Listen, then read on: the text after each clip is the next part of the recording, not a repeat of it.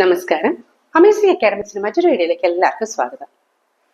Plus ടുവിന് ശേഷം നമ്മുടെ പല കുട്ടികൾക്കും പല ഫീൽഡിലേക്ക് പോകാനായിരിക്കും ഇൻട്രസ്റ്റ്. മെഡിക്കൽ ഫീൽഡിലേക്ക്, പാരാമെഡിക്കൽ ഫീൽഡിലേക്ക്, എഞ്ചിനീയറിംഗ് ഫീൽഡിലേക്ക്, ലോ ഫീൽഡിലേക്ക്, അതല്ലെങ്കിൽ CUET എഴുതിയിട്ട് ഡിഗ്രി ലെവൽ കോഴ്സുകൾ ചെയ്യാൻ ആഗ്രഹിക്കുന്ന കുട്ടികൾ ഉണ്ടായിരിക്കും.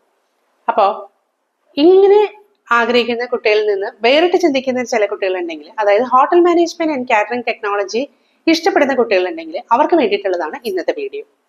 അതായത് നമ്മുടെ കേരളത്തിലെ AICTE അംഗീകരിച്ചിട്ടുള്ള വിവിധ കോളേജുകളിലേക്കുള്ള 2025-26 അധ്യയന വർഷത്തിലേക്കുള്ള ഹോട്ടൽ മാനേജ്മെന്റ് ആൻഡ് കാറ്ററിംഗ് ടെക്നോളജിയിലേക്കുള്ള 4-year ഡിഗ്രി കോഴ്സിലേക്കുള്ള ആപ്ലിക്കേഷൻ ഇപ്പോൾ കോൾ ഫോർ ചെയ്തിട്ടുണ്ട്. May 22 ആണ് ഇതിന്റെ ലാസ്റ്റ് ഡേറ്റ്. ഇതിന്റെ ഡീറ്റെയിൽസ് ആണ് ഇന്നത്തെ വീഡിയോയിൽ നമ്മൾ ഉൾപ്പെടുത്തിയിരിക്കുന്നത്. അപ്പൊ ഞാൻ ആദ്യം പറഞ്ഞു, ഈ കോഴ്സ് ഒരു 4-year കോഴ്സാണ്. ഇതിൽ എന്തൊക്കെയാണ് നിങ്ങൾക്ക് പഠിക്കാനുള്ളത് നമുക്ക് നോക്കാം. Food production, food and beverages services, business communication, management, front office operation, അങ്ങനെയുള്ള വിവിധ ടോപ്പിക്കുകളാണ് ഈ കോഴ്സിൽ അവർ ഇൻക്ലൂഡ് ചെയ്തിരിക്കുന്നത്. ഇത് പഠിക്കാനായിട്ടുള്ള മിനിമം വിദ്യാഭ്യാസ യോഗ്യത എന്ന് പറയുന്നത് നിങ്ങൾ ഒരു +2 ജയിച്ചിരിക്കണം എന്നുള്ളതാണ്. അതല്ലെങ്കിൽ നിങ്ങൾ DVOC, അതായത് ഈ ഹോട്ടൽ മാനേജ്മെന്റ് റിലേറ്റഡ് ആയിട്ടുള്ള ഏതെങ്കിലും ഒരു സ്ട്രീമിലോ അതല്ലെങ്കിൽ അലൈഡ് സ്ട്രീമിലോ ഏതെങ്കിലും DVOC പഠിച്ച് പാസ്സായ കുട്ടികൾക്ക് ഇത് അപ്ലൈ ചെയ്യും. ഇതിന് എൻട്രൻസ് എക്സാമിനേഷൻ അറ്റൻഡ് ചെയ്യാനായിട്ട് യാതൊരുവിധ കട്ട് ഓഫ് മിനിമം മാർക്കും അവർ പറയുന്നില്ല. അതായത് പ്രിസ്ക്രൈബ്ഡ് പെർസെൻറ്റേജ് ഓഫ് മാർക്സ് ഒന്നും പറയുന്നില്ല. പക്ഷേ നിങ്ങൾ എൻട്രൻസ് എക്സാമിനേഷൻ എഴുതിയതിനു ശേഷം നിങ്ങൾ ഏതൊരു യൂണിവേഴ്സിറ്റിയുടെ കീഴിലാണോ നിങ്ങൾ അപ്ലൈ ചെയ്യാൻ ഉദ്ദേശിക്കുന്നത്, ആ യൂണിവേഴ്സിറ്റി ഏതെങ്കിലും ഒരു മാർക്ക് പ്രിസ്ക്രൈബ് ചെയ്തിട്ടുണ്ടെങ്കിൽ അത് വെച്ചിട്ടായിരിക്കും നിങ്ങൾക്ക് അവിടെ അഡ്മിഷൻ ലഭിക്കുന്നത്. അപ്പോൾ ഇതിന്റെ ആദ്യത്തെ എലിജിബിലിറ്റി ക്രൈറ്റീരിയ ഞാൻ പറഞ്ഞു, നിങ്ങളുടെ വിദ്യാഭ്യാസ യോഗ്യത. അടുത്തതാണ് നിങ്ങളുടെ നേറ്റിവിറ്റി പറയുന്നത്. ഈ നേറ്റിവിറ്റിക്ക് നിങ്ങളൊരു ഇന്ത്യൻ സിറ്റിസൺ ആയിരിക്കണം എന്നുള്ളതാണ് ആദ്യത്തെ കണ്ടീഷൻ. ഇനി ഈ ഇന്ത്യൻ സിറ്റിസനെ തന്നെ അവർ 3 കാറ്റഗറി ആയിട്ട് തിരിച്ചിട്ടുണ്ട്. അതായത് കേരളൈറ്റ് സ്റ്റുഡൻസും, നോൺ കേരളൈറ്റ് കാറ്റഗറി 1 സ്റ്റുഡൻസും, നോൺ കേരളൈറ്റ് കാറ്റഗറി 2 സ്റ്റുഡൻസും ആയിട്ട് തിരിച്ചിട്ടുണ്ട്. അപ്പോൾ ഇവർക്ക് എന്തൊക്കെയാണ് ഈ കുട്ടികളിലുള്ള പ്രത്യേകതകളെന്നും എങ്ങനെയൊക്കെയാണ് ഈ ക്രൈറ്റീരിയയിൽ നമ്മൾ പെടുന്നതെന്നും നമുക്ക് നോക്കാം. ആദ്യം തന്നെ കേരളൈറ്റ് സ്റ്റുഡൻസ് എന്ന് പറയുന്നത് നമ്മുടെ കേരളത്തിൽ ജനിച്ചു വളർന്ന കുട്ടികളെയാണ് ഇവർ കേരളൈറ്റ് ആയിട്ട് കൺസിഡർ ചെയ്യുന്നത്. അങ്ങനെയുള്ള കുട്ടികൾക്കാണ് ഇവർ എല്ലാ ആനുകൂല്യങ്ങളും നൽകുന്നത്. അതായത് ഫീ കൺസെഷൻ, അതല്ലെങ്കിൽ നിങ്ങൾക്ക് എന്തെങ്കിലും റിസർവേഷൻ ഉണ്ടെങ്കിൽ, അതായത് എന്തെങ്കിലും സ്പെഷ്യൽ റിസർവേഷൻ അല്ലെങ്കിൽ കമ്മ്യൂണിറ്റി റിസർവേഷൻ അല്ലെങ്കിൽ എന്തെങ്കിലും ഡിസബിലിറ്റി നിങ്ങൾക്ക് ഉണ്ടെങ്കിൽ അതിന്റെ റിസർവേഷൻ, ഇതെല്ലാം നൽകുന്നത് കേരളൈറ്റ് ആയിട്ടുള്ള സ്റ്റുഡൻസിന് മാത്രമാണ്. ഇനി ചിലപ്പോൾ വിദ്യാഭ്യാസപരമായിട്ട് പല സംസ്ഥാനങ്ങളിലെ കുട്ടികൾ നമ്മുടെ നാട്ടിൽ വന്ന് പഠിക്കുന്നുണ്ടായിരിക്കും. അപ്പൊ അവരെ കേരളത്തിലൊന്നും ജനിച്ചു വളർന്നതല്ല, അപ്പൊ അവരെ കേരളൈറ്റ് ആയിട്ട് നമുക്ക് കൺസിഡർ ചെയ്യാൻ പറ്റില്ല. അപ്പൊ അങ്ങനെയുള്ള കുട്ടികൾക്ക് നമ്മുടെ കേരളത്തിലെ ഹോട്ടൽ മാനേജ്മെന്റ് പഠിക്കണം എന്ന് ആഗ്രഹമുണ്ടെങ്കിൽ അവരെ നമ്മൾ നോൺ കേരളൈറ്റ് കാറ്റഗറി 1-ലും കാറ്റഗറി 2-ലും ഉൾപ്പെടുത്തിയിട്ടുണ്ട്. അപ്പൊ ഈ കാറ്റഗറിയിൽ 1-ൽ വരുന്ന സ്റ്റുഡൻസ് ആരൊക്കെയാണെന്ന് നമുക്ക് നോക്കാം. ഓൾ ഇന്ത്യ സർവീസസിലെ പാരന്റ്സിന്റെ കുട്ടികൾ, അതോടൊപ്പം തന്നെ ഡിഫൻസ് സർവീസിൽ വർക്ക് ചെയ്യുന്ന പാരന്റ്സിന്റെ കുട്ടികൾ ഈ ക്വാളിഫയിങ് എക്സാമിനേഷൻ +1 ആൻഡ് +2 കേരളത്തിലാണ് പഠിച്ചതെങ്കിൽ അവരെ നോൺ കേരളൈറ്റ് കാറ്റഗറി 1-ൽ ഉൾപ്പെടുത്തും. ഇനി അടുത്ത കാറ്റഗറി ഓഫ് ആൾക്കാരെന്ന് പറയുന്നത് നമ്മുടെ കേരള ഗവൺമെന്റ് സർവീസിൽ തന്നെ ചിലപ്പോൾ നോൺ കേരളൈറ്റ് പാരന്റ്സ് വർക്ക് ചെയ്യുന്നുണ്ടായിരിക്കും. അങ്ങനെ മിനിമം 2 വർഷമെങ്കിലും അവരിവിടെ വർക്ക് ചെയ്യുകയും, അതല്ലെങ്കിൽ വർക്ക് ചെയ്തുകൊണ്ടിരിക്കുന്നവരാണെങ്കിലും ശരി 2 വർഷമെങ്കിലും മിനിമം സർവീസ് ചെയ്യുകയും അവരുടെ കുട്ടികൾ ഇവിടെ +2 ക്വാളിഫൈ ചെയ്യുകയാണെങ്കിൽ അവരെയും ഈ കാറ്റഗറിയിൽ ഉൾപ്പെടുത്തും. അടുത്തൊരു കാറ്റഗറി പറയുന്നത് നിങ്ങളുടെ 12 വർഷത്തെ വിദ്യാഭ്യാസ കാലയളവിൽ, അതായത് 1 മുതൽ 12 വരെ നിങ്ങൾ പഠിക്കുന്ന കാലയളവിൽ മിനിമം 5 വർഷമെങ്കിലും നിങ്ങൾ കേരളത്തിൽ പഠിച്ചിട്ടുണ്ടെങ്കിൽ നിങ്ങൾ ഈ കാറ്റഗറിയിൽ ഉൾപ്പെടുന്നതാണ്. ഇനി അതുമല്ല, നിങ്ങൾ നോൺ കേരളൈറ്റ് ആണ്, പക്ഷെ നിങ്ങൾ 8 മുതൽ 12ാം ക്ലാസ് വരെ കേരളത്തിലാണ് പഠിച്ചതെങ്കിൽ നിങ്ങളെയും ഈ കാറ്റഗറിയിൽ ഉൾപ്പെടുത്തും. ഈ കാറ്റഗറിയിൽ വരുന്ന സ്റ്റുഡൻസിന്റെ പ്രത്യേകത എന്ന് പറഞ്ഞാൽ ഇവർക്ക് ഗവൺമെന്റ് കോളേജസിൽ നിങ്ങൾക്ക് അപ്ലൈ ചെയ്യാൻ സാധിക്കും, പക്ഷെ നിങ്ങൾക്ക് യാതൊരുവിധ കൺസെഷൻസും ലഭിക്കില്ല. മേൽ പറഞ്ഞ കേരളൈറ്റ് കുട്ടികൾക്ക് ലഭിക്കുന്ന ഫീ കൺസെഷനോ അതുപോലെ തന്നെ സ്പെഷ്യൽ റിസർവേഷൻ എന്തെങ്കിലും ഉണ്ടെങ്കിൽ ആ കൺസെഷൻ ഒന്നും നിങ്ങൾക്ക് ലഭിക്കില്ല. അതാണ് ഇതിലെ പ്രത്യേകതയായിട്ടുള്ളത്. ബാക്കി അഡ്മിഷൻ പ്രൊസീജിയേഴ്സ് എല്ലാം സെയിം ആണ്. ഇനി നോൺ കേരളൈറ്റ് കാറ്റഗറി 2 എന്ന് പറയുന്ന ഒരു വിഭാഗം വിദ്യാർത്ഥികളുണ്ട്. അത് ഈ ഫസ്റ്റ് കാറ്റഗറിയിലും അതോടൊപ്പം തന്നെ സെക്കൻഡ് കാറ്റഗറിയിലും പെടാത്ത കുട്ടികളെയാണ് ഈ കാറ്റഗറിയിൽ ഉൾപ്പെടുത്തുന്നത്. അവർക്ക് പ്രൈവറ്റ് സെൽഫ് ഫിനാൻസിങ് കോളേജുകളിൽ ഗവൺമെന്റ് സീറ്റിലേക്ക് അതുപോലെ തന്നെ മാനേജ്മെന്റ് സീറ്റിലേക്കുമാണ് ഇവർക്ക് അഡ്മിഷൻ ലഭിക്കുക. ഇനി ഗവൺമെന്റ് കൺട്രോൾഡ് സെൽഫ് ഫിനാൻസിങ് കോളേജസിലേക്ക് ഇവർക്ക് അഡ്മിഷൻ കിട്ടണമെങ്കിൽ ആദ്യത്തെ 2 കാറ്റഗറിയിൽ സ്റ്റുഡൻസിനും അവൈലബിൾ അല്ല എങ്കിൽ മാത്രമേ ഇവർക്ക് ആ സീറ്റിലേക്ക് അഡ്മിഷൻ ലഭിക്കുകയുള്ളൂ. അതാണ് ഈ കാറ്റഗറൈസ് ചെയ്തേക്കുള്ള പ്രത്യേകത. ഇനി ഈ കോളേജുകളിലെല്ലാം 2 തരം സീറ്റ് അവൈലബിൾ ആണ്. ഗവൺമെന്റ് സീറ്റും ഉണ്ട്, മാനേജ്മെന്റ് സീറ്റും ഉണ്ട്. ഗവൺമെന്റ് സീറ്റിലേക്കാണ് നിങ്ങൾ അഡ്മിഷൻ നോക്കുന്നുണ്ടെങ്കിൽ നിങ്ങൾ ഈ എൻട്രൻസ് എക്സാമിനേഷൻ ഉറപ്പായിട്ടും പാസ്സായി അതിന് നിങ്ങൾക്ക് റാങ്ക് ലിസ്റ്റിൽ നിങ്ങളുടെ പേര് വന്നിട്ടുണ്ടാവണം. ഇനി മാനേജ്മെന്റ് സീറ്റിലേക്കാണ് നിങ്ങൾ നോക്കുന്നതെങ്കിൽ നിങ്ങൾ ഈ എൻട്രൻസ് എക്സാമിനേഷനോ അതല്ലെങ്കിൽ നാഷണൽ ലെവലിൽ നടത്തുന്ന ഏതെങ്കിലും ഒരു എൻട്രൻസ് എക്സാമിനേഷനോ, അതായത് ഇതുമായിട്ട് റിലേറ്റഡ് ആയിട്ടുള്ള ഒരു എൻട്രൻസ് എക്സാമിനേഷൻ നിങ്ങൾ പാസ്സായി അതിന് വാലിഡ് സ്കോർ നിങ്ങൾക്ക് ഉണ്ടാവണം. അപ്പൊ ഇതൊക്കെയാണ് ഈ കോഴ്സിനെ കുറിച്ച് ജനറൽ ആയിട്ട് പറയാനുള്ളത്. അതായത് എന്തൊക്കെയാണ് ഇവിടെ പഠിപ്പിക്കുന്നതെന്നും എങ്ങനെയാണ് ഇതിന്റെ സീറ്റ് ഷെയറിംഗ് പോകുന്നതെന്നും നേറ്റിവിറ്റി എന്താണെന്നും അക്കാഡമിക് ക്വാളിഫിക്കേഷൻ എന്താണെന്നെല്ലാം നമ്മൾ പറഞ്ഞു. ഇനി നമ്മൾ ഇത് എങ്ങനെയാണ് അപ്ലൈ ചെയ്യേണ്ടതെന്ന് നോക്കാം. അപ്ലൈ ചെയ്യേണ്ടത് LBS സെന്ററിന്റെ ഒഫീഷ്യൽ വെബ്സൈറ്റിലൂടെയാണ് നിങ്ങൾ അപ്ലൈ ചെയ്യേണ്ടത്. അതായത് lbscenter.kerala.gov.in എന്നുള്ള വെബ്സൈറ്റിലൂടെയാണ് നിങ്ങൾ അപ്ലൈ ചെയ്യേണ്ടത്. അപ്ലൈ ചെയ്യാനായിട്ട് 4 സ്റ്റെപ്പാണ് നിങ്ങൾ ഫോളോ ചെയ്യേണ്ടത്. അതായത് ആദ്യത്തെ നിങ്ങൾ രജിസ്ട്രേഷൻ നടത്തണം. നിങ്ങൾ ഓൾറെഡി രജിസ്റ്റേർഡ് ആണെങ്കിൽ നിങ്ങൾക്ക് നേരിട്ട് ലോഗിൻ ചെയ്യാവുന്നതാണ്. രണ്ടാമതാണ് ആപ്ലിക്കേഷൻ പ്രോസസ്സ്. അത് നമ്മുടെ നിങ്ങളുടെ അക്കാഡമിക് ക്വാളിഫിക്കേഷൻസും അതോടൊപ്പം തന്നെ നിങ്ങളുടെ ബേസിക് ഡീറ്റെയിൽസും എല്ലാം കൊടുക്കുകയാണ് സെക്കൻഡ് സ്റ്റേജിൽ വേണ്ടത്. തേർഡ് സ്റ്റേജ് ആണ് നിങ്ങൾ ഫീ പേയ്മെന്റ് നടത്തേണ്ടത്. അത് ജനറൽ കാൻഡിഡേറ്റ്സിനും SC/BC കാൻഡിഡേറ്റ്സിനും 1300 ആണ് ഇതിന്റെ ആപ്ലിക്കേഷൻ ഫീ വരുന്നത്. ഈ ആപ്ലിക്കേഷൻ ഫീ നിങ്ങൾക്ക് ഒന്നെങ്കിലും ഓൺലൈനായിട്ട് തന്നെ അടയ്ക്കാവുന്നതാണ്. ഏതെങ്കിലും നെറ്റ് ബാങ്കിങ്, ഇന്റർനെറ്റ് ബാങ്കിങ് എല്ലാം ഉപയോഗിച്ചിട്ട് നിങ്ങൾക്ക് ഇതിന്റെ ഫീ പേയ്മെന്റ് നടത്താം. അതല്ല നിങ്ങൾക്ക് അങ്ങനെ സൗകര്യം ഇല്ലെങ്കിൽ നിങ്ങൾക്ക് ചെലാൻ വഴിയാണ് നിങ്ങൾക്ക് അപ്ലൈ ചെയ്യാൻ സാധിക്കുക. ഈ ചെലാൻ വഴി അപ്ലൈ ചെയ്യുമ്പോൾ നിങ്ങൾക്ക് ഇതിൽ നിന്ന് ഓൺലൈൻ അപ്ലൈ ചെയ്തുകൊണ്ടിരിക്കുമ്പോൾ നിങ്ങൾക്ക് ഇതിൽ നിന്ന് പ്രിന്റ് ഔട്ട് എടുത്തതിന് ശേഷം ഫെഡറൽ ബാങ്കിന്റെ ഏതെങ്കിലും ഒരു ശാഖയിൽ പോയിട്ട് നിങ്ങൾക്ക് ചെലാൻ എടുത്തിട്ട് ആപ്ലിക്കേഷൻ ഫീ പേ ചെയ്യാവുന്നതാണ്. അപ്പോൾ നിങ്ങളുടെ ഈ ആപ്ലിക്കേഷൻ ഫീ ചെലാൻ വഴിയാണെങ്കിൽ ചിലപ്പോൾ 48 മണിക്കൂർ കഴിഞ്ഞ് ചിലപ്പോൾ ഇതിന്റെ അക്കൗണ്ടിലേക്ക് ക്രെഡിറ്റ് ആവുള്ളൂ. അപ്പൊ നിങ്ങൾ ക്രെഡിറ്റ് ആയോ എന്ന് നോക്കിയിട്ട് വേണം ഫർദർ സ്റ്റെപ്പിലേക്ക് പ്രൊസീഡ് ചെയ്യാൻ. നിങ്ങൾ ഓൺലൈൻ വഴി ആപ്ലിക്കേഷൻ ഫീ അടയ്ക്കാനുള്ള സമയം May 20 വരെയാണ് തന്നിരിക്കുന്നത്. അപ്പൊ അങ്ങനെ നിങ്ങൾ ഫീ റെമിറ്റ് ചെയ്തതിന് ശേഷം അടുത്ത പ്രൊസീജിയർ ആണ് നിങ്ങൾക്ക് ഇതിന്റെ കൺഫർമേഷൻ പേജ് ലഭിക്കും. അത് നിങ്ങൾ പ്രിന്റ് ഔട്ട് എടുത്ത് സൂക്ഷിക്കുകയാണ് വേണ്ടത്. അപ്പോൾ ഓൺലൈൻ ആപ്ലിക്കേഷൻ സബ്മിറ്റ് ചെയ്യാനായിട്ട് എളുപ്പമാണ്. നിങ്ങളത് ചെയ്യുന്ന നേരത്ത് നിങ്ങളുടെ സർട്ടിഫിക്കറ്റ്സ് കുറച്ച് അപ്ലോഡ് ചെയ്യാനുണ്ട്. അതോടൊപ്പം തന്നെ നിങ്ങളുടെ വാലിഡ് മൊബൈൽ നമ്പറും ഒരു ഇമെയിൽ ID നിങ്ങൾ കയ്യിൽ സൂക്ഷിച്ചിട്ട് വേണം നിങ്ങൾ ഇതിന് അപ്ലൈ ചെയ്യാനായിട്ട് ഇരിക്കാനായിട്ട്. അപ്പോൾ അപ്ലോഡ് ചെയ്യേണ്ട ഡോക്യുമെന്റ്സ് എന്തൊക്കെയാണെന്ന് നമുക്ക് നോക്കാം. ആദ്യം തന്നെ നമുക്ക് വേണ്ടത് ഒരു സ്കാൻഡ് സിഗ്നേച്ചറും അതോടൊപ്പം തന്നെ ഒരു ഫോട്ടോഗ്രാഫും ആണ് വേണ്ടത്. പിന്നെ നിങ്ങളുടെ എഡ്യൂക്കേഷൻ ക്വാളിഫിക്കേഷൻസ് എല്ലാം പ്രൂവ് ചെയ്യാനുള്ള സർട്ടിഫിക്കറ്റ്സ് വേണം. അതോടൊപ്പം തന്നെ നിങ്ങളുടെ റിസർവേഷൻ ഉണ്ടെങ്കിൽ, അതായത് കാസ്റ്റ് റിസർവേഷനോ അങ്ങനെ എന്തെങ്കിലും റിസർവേഷൻ നിങ്ങൾക്ക് ലഭിക്കുന്നുണ്ടെങ്കിൽ അതിന്റെ സർട്ടിഫിക്കറ്റ്സ് വേണം. പിന്നെ വേണ്ട നിങ്ങൾക്ക് ഡിസേബിൾഡ് ആണെങ്കിൽ അതിന്റെ പ്രൂവ് ചെയ്യാനുള്ള സർട്ടിഫിക്കറ്റ് വേണം. അതോടൊപ്പം തന്നെ നിങ്ങൾക്ക് ഡോക്ടറിൽ നിന്ന് ലഭിക്കുന്ന സർട്ടിഫിക്കറ്റും കൂടി വേണം. അതായത് നിങ്ങൾ ഈ കോഴ്സ് ചെയ്യാനായിട്ട് നിങ്ങൾ ഫിറ്റ് ആണെന്ന്. നിങ്ങൾ ഓൾറെഡി ഫിസിക്കലി ഡിസേബിൾഡ് ആണെങ്കിലും നിങ്ങൾക്കിത് ചെയ്യാൻ സാധിക്കുമെന്ന് ഡോക്ടറിൽ നിന്ന് തെളിയിക്കുന്ന ഒരു സർട്ടിഫിക്കറ്റും കൂടി നിങ്ങൾ അറ്റാച്ച് ചെയ്യണം. അപ്പൊ ഇതിന്റെ എല്ലാ ഫോമാറ്റ് ഈ പ്രോസ്പെക്ടസിൽ ലഭിക്കും നിങ്ങൾക്ക്. ആദ്യം നിങ്ങൾ ഡൗൺലോഡ് ചെയ്തെടുത്തിട്ട് അതിന്റെ കോപ്പി എടുക്കുകയാണ് വേണ്ടത്. പിന്നെ വേണ്ടത് നിങ്ങളുടെ നേറ്റിവിറ്റി പ്രൂവ് ചെയ്യാനായിട്ടുള്ള സർട്ടിഫിക്കറ്റ് ആണ്. നേറ്റിവിറ്റി പ്രൂവ് ചെയ്യാൻ ആദ്യം തന്നെ ഞാൻ പറഞ്ഞു, നേറ്റിവിറ്റി 3 ടൈപ്പ് നേറ്റീവ്സിനെയാണ് ഇവർ കൺസിഡർ ചെയ്യുന്നതെന്ന്.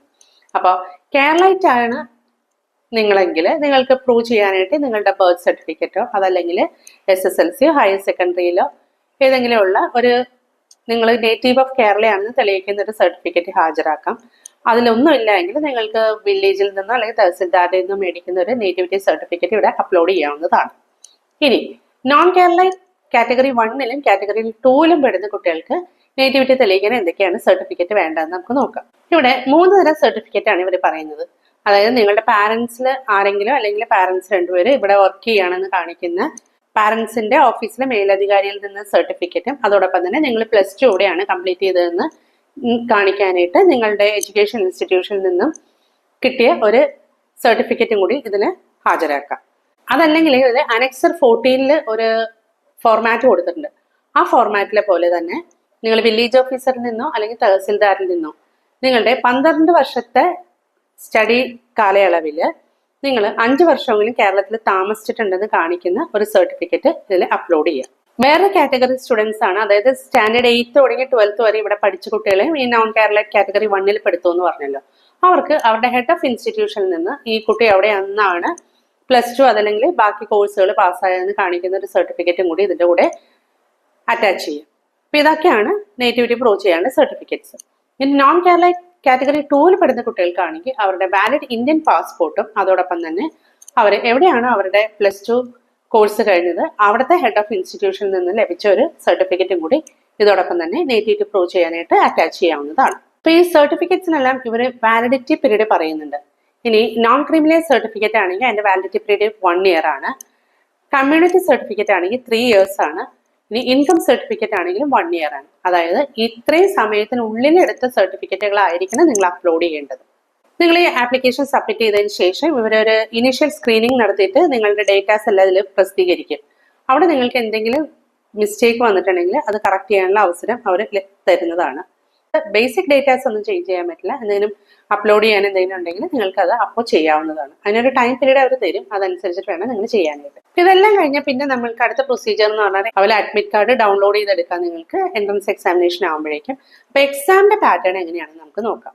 എക്സാം ഓൺലൈൻ എക്സാമിനേഷൻ അല്ല നടത്തുന്നത്. ഇത് OMR രീതിയിൽ നടത്തുന്ന ഒരു എക്സാമിനേഷൻ ആണ്. ഒരു ബുക്ക്ലെറ്റും OMR ഷീറ്റും വെച്ചിട്ട് നിങ്ങൾ എക്സാമിനേഷൻ അറ്റൻഡ് ചെയ്യേണ്ടതാണ്.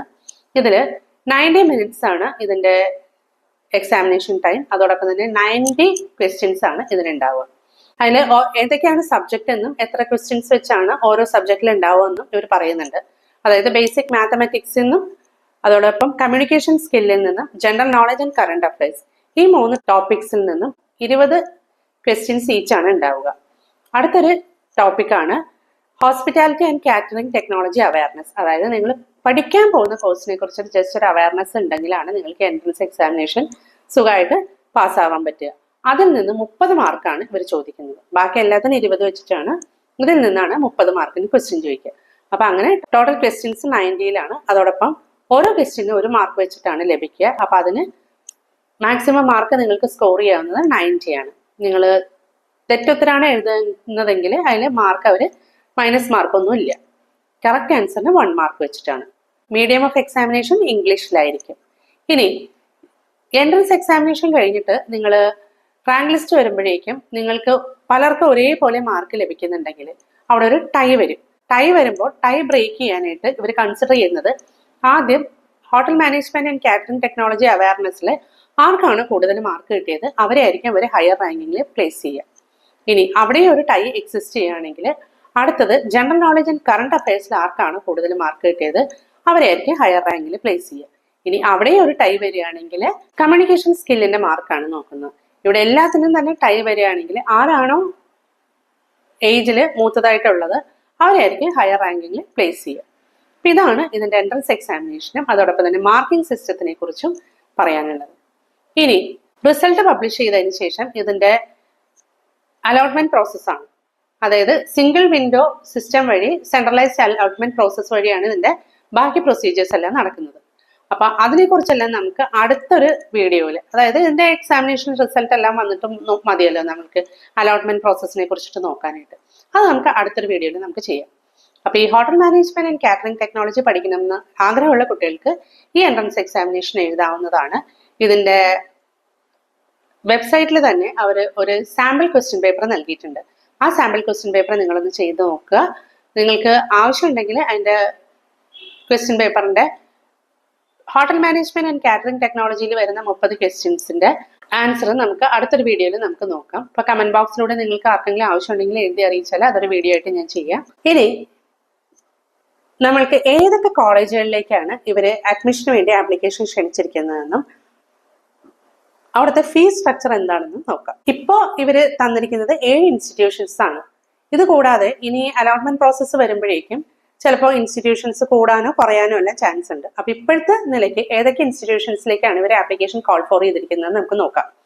ആദ്യം തന്നെ പറയുന്നത് south park institute of hotel management. അവിടുത്തെ ഫീസ് 2 തരത്തിലുണ്ട്. അതായത് അക്കാഡമിക് ഫീസ്, കോഷൻ ഡെപ്പോസിറ്റും ഉണ്ട്.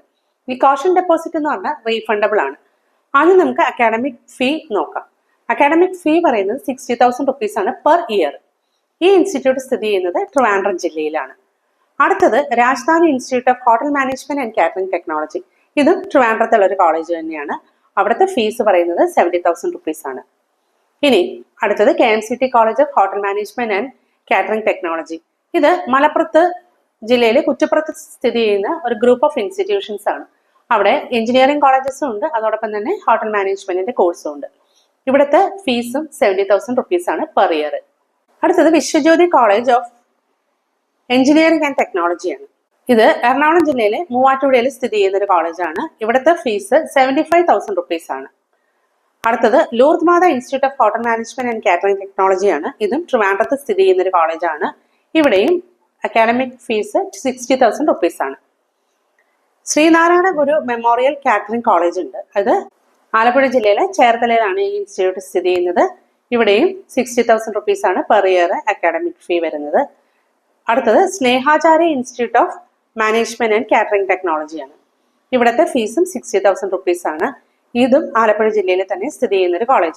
ഇനി ശ്രീനാരായണ മെമ്മോറിയൽ കോളേജിൽ മാത്രം കോഷൻ ഡെപ്പോസിറ്റ് ഒന്നും അവർ ചോദിക്കുന്നില്ല. ബാക്കി എല്ലാ കോളേജിലും 10,000 റുപ്പീസ് വെച്ചിട്ടാണ് കോഷൻ ഡെപ്പോസിറ്റ്. ഈ കോഷൻ ഡെപ്പോസിറ്റ് നിങ്ങൾക്ക് റീഫണ്ടബിൾ ആണ്. പിന്നെ ഈ ഫീസ് സ്ട്രക്ചർ തന്നെ ചിലപ്പോൾ മാറാൻ ചാൻസ് ഉണ്ട്. അക്കാഡമിക് ഇയർ തുടങ്ങുമ്പോഴേക്കും ചിലപ്പോൾ ഇതിൽ ചില മാറ്റങ്ങളെല്ലാം വരാമെന്ന ഒരു പ്രോസ്പെക്ടസിൽ തന്നെ പറഞ്ഞിട്ടുണ്ട്. അതോടൊപ്പം തന്നെ പല കോളേജസ് ആഡ് ചെയ്യുകയോ അല്ലെങ്കിൽ ഡിലീറ്റ് ചെയ്യുകയോ ചെയ്യാം. അപ്പോൾ ഇത്രയൊക്കെയാണ് ഈ പ്രോസ്പെക്ടസിലുള്ള hotel management and catering technology പഠിക്കാൻ ഉദ്ദേശിക്കുന്ന കുട്ടികൾക്ക് വേണ്ടിയിട്ടുള്ള ഡീറ്റെയിൽസ്. അപ്പോൾ ഇതിൽ താല്പര്യമുള്ള കുട്ടികൾ തന്നെ May 22 മുന്നേ ഇത് അപ്ലൈ ചെയ്യാൻ ശ്രമിക്കുക. ഇന്നത്തെ വീഡിയോയിൽ ഇത്രയേ ഉള്ളൂ നിങ്ങളായിട്ട് ഷെയർ ചെയ്യാനായിട്ട്. നിങ്ങൾക്ക് എന്തെങ്കിലും സംശയങ്ങൾ ഉണ്ടെങ്കിൽ അത് കമന്റ് ബോക്സിലൂടെ എഴുതി ചോദിക്കാവുന്നതാണ്. അടുത്തൊരു വീഡിയോയിലൂടെ അടുത്തൊരു എഡ്യൂക്കേഷൻ കണ്ടന്റുമായിട്ട് നമുക്ക് വീണ്ടും കണ്ടുമുട്ടാം.